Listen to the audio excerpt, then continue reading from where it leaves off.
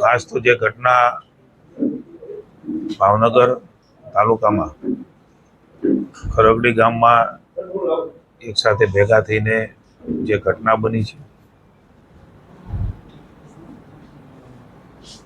8 લોકોના મૃત્યુ થયા છે. સૌપ્રથમ તો રાજ્ય સરકાર વતી માનનીય મુખ્યમંત્રી ભૂપેન્દ્રભાઈ અને નાયબ મુખ્યમંત્રી હર્ષભાઈ વતી અને સરકાર વતી દુઃખ વ્યક્ત કરીએ છીએ. એના પરિવારજનોની સાથે આવી પડેલી આપત્તિમાં રાજ્ય સરકાર અને સમાજના તમામ તબક્કાઓ એમની સાથે ઊભા છે.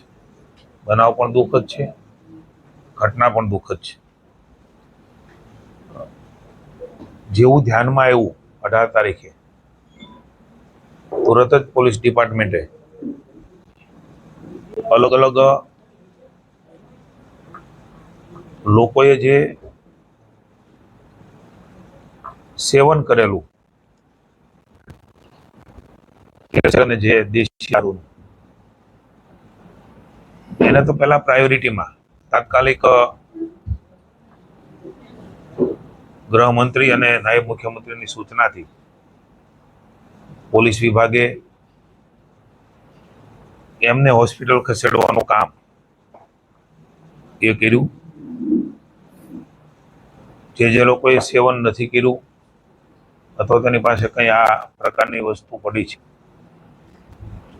એમને પણ સૂચિત કરવામાં આવે. એસપી, કલેક્ટરશ્રી વગેરે દ્વારા આજની મળ્યા બેઠકની અંદર માનનીય મેયરશ્રી, જિલ્લા પંચાયત પ્રમુખશ્રી, માનનીય ધારાસભ્ય Shri Gautambhai Sejalben, range IG Shri Asariji, SP, SDPO અને અલગ અલગ પ્રકારના સૌ સંલગ્ન ડિપાર્ટમેન્ટો, સિવિલ હોસ્પિટલ સહિત આખો ક્યાસ કાઢીને કઈ પરિસ્થિતિમાં શું બીનું છે એની ચર્ચાઓ કરી છે. મને હર્ષભાઈ સાથે પણ અડધો કલાક પહેલા જ મારે વાત થઈ છે. પોલીસે ખૂબ ગંભીરતાથી તરત જ એક્શન લેવાનું શરૂ કર્યું. એના માટે એવું કહી શકાય કે ઘણા લોકોને જાનહાનિ થતી એ અટકી છે. હાલમાં 19 લોકો સારવાર હેઠળ છે અને 16 લોકો સંપૂર્ણ સારવાર કરીને ડિસ્ચાર્જ થયા છે.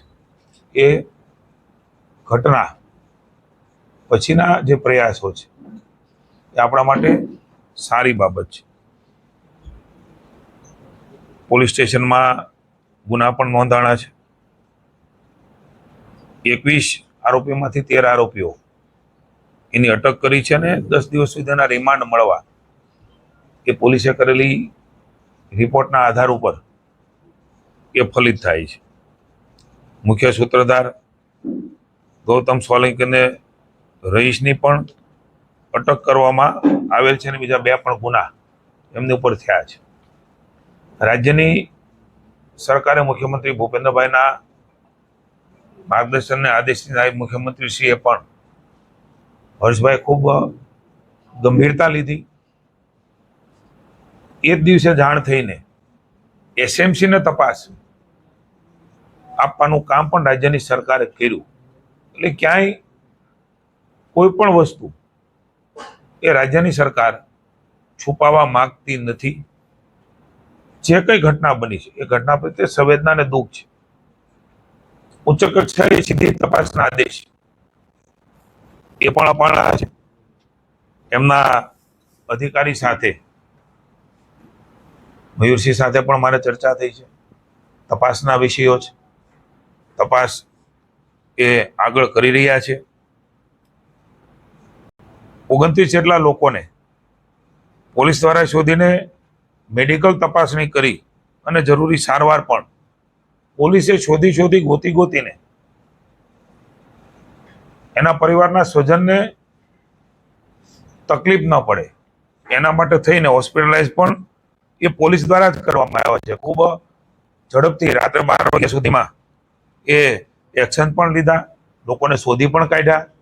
ક્યાં ક્યાં એમણે આ પ્રકારની ચીજ વસ્તુ આપી છે એ પણ ઝડપથી પાછી લઈ લીધી. કેટલાક લોકોના ધ્યાનમાં આવ્યું એટલે કેટલાક લોકોએ કદાચ ફોડી પણ નાખી હોય. એનું સેવન ન પણ કર્યું હોય, પણ કંઈ પણ છોજ રાખ્યા વગર પોલીસે પણ સંવેદના અને માનવતાથી આ કામ કર્યું છે. આપણે સૌના ધ્યાનમાં છે. બનાવ બન્યો પુનઃ એકવાર કહું છું, એવું જ છે. પોલીસને પણ છે, અમને પણ છે, અને સરકારને પણ છે. એ ઘટના ઉપરના એક્શનો પણ ખૂબ સખ્તાઈથી રાજ્યની સરકાર લેવા માંગે છે. જે કઈ લોકોની નિષ્કાળજી ધ્યાનમાં આવી છે, પ્રાઇમરી એ 2 PI ને અને 5 જેટલા પોલીસ કર્મચારીઓ, જેમાં એક ASI પણ આવી જાય છે, એમને સસ્પેન્ડ કરી અને રાજ્ય સરકારે એ સખ્તાઈથી કામ કરવા માંગે છે. એ માટેનું પણ આ પગલું એ લીધું છે.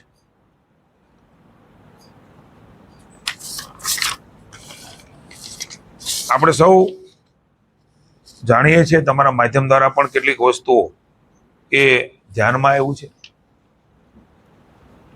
કે કોઈ પદાર્થો ભેળવીને આ પ્રકારનો વેચવાનું કામ જેમણે પણ કર્યું છે, હજી પણ SMC દ્વારા કડક હાથે કામ લેવાનું અને આ ઘટનાઓ દ્વારા શીખીને સખ્તાઈથી કોઈ પણ વ્યક્તિ આમાં સામેલ હોય, ચાહે આરોપી હોય, આરોપીને મદદ કરનાર હોય, અલગ અલગ રાજ્યમાં એના તાર હોય, તો એ રાજ્યમાં પણ જઈને સરકારે અને SMCએ કામ કરવા માટેની સરકારે અમને છૂટ આપી છે. ગંભીરતાથી આ વિષયને રાજ્ય સરકારે લીધો છે, નહીં તો કદાચ ન કરે નારાયણના મૃત્યુ આંક એ વધારે સંભાવના હતી થવાની. પોલીસે પણ એની ગંભીરતા લીધી, રાજ્ય સરકારે પણ લીધી, અને જેમાં જે લોકો સામેલ હતા એના પ્રાઇમરી જે ધ્યાનમાં આવ્યું છે એના ઉપર એક્શન પણ લીધા. હજી પણ તપાસના અંતે જે કંઈ બાબતો ધ્યાનમાં આવશે એ બાબતોમાં સરકાર કશી પણ બાંધછોડ કરવા માંગતી નથી.